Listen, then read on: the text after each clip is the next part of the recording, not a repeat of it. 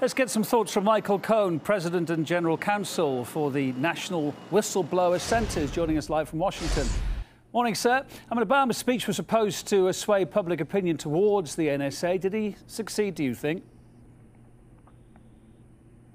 I don't think so. And I think the real thing that the American people are looking for is, what are you going to do when you have a whistleblower like Mr. Snowden, who has critical information that the American people have a right to know?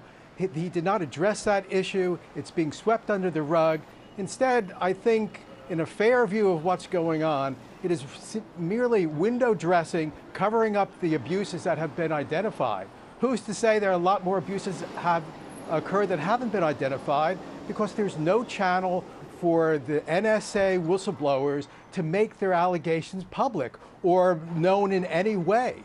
So at best, it's window dressing. It's punts a lot to Congress to try to fix the problem, and it addresses in no way how the American people have a right to understand the abuses of our government. And of course, I guess you could say this is only under duress anyway, this whole thing that we've seen earlier on this evening, because it wouldn't have happened probably without Edward Snowden.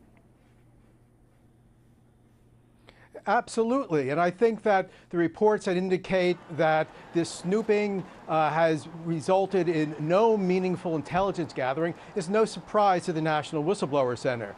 There is an FBI agent who has identified the fact that it's really the boots on the ground going in and infiltrating Al-Qaeda and other type of terrorist organizations that produces the real data, that produces the real results. The snooping around is in large measure a waste of an awful lot of resources that allows a government to snoop on its own people.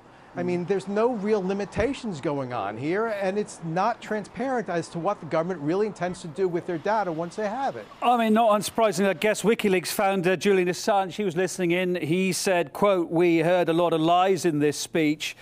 Harsh or true, as you see it? True, I guess. Well, I think that what you have is obfuscation of dealing with the biggest issue is, how does American people understand what this super agency is doing? I mean, you have Mr. Snowden, who was not read into the entire program, who had a very limited window of what he understood, and the American people were very upset with what they learned. Well, there's a lot more to learn, and the NSA is making sure that no one ever learns it.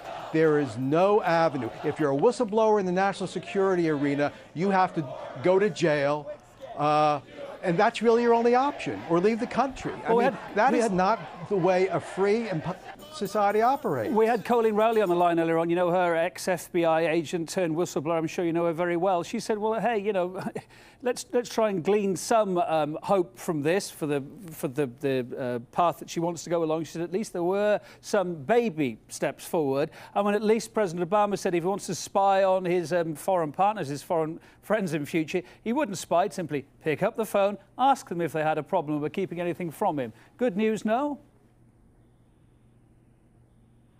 Well, that's between the president and his allies abroad.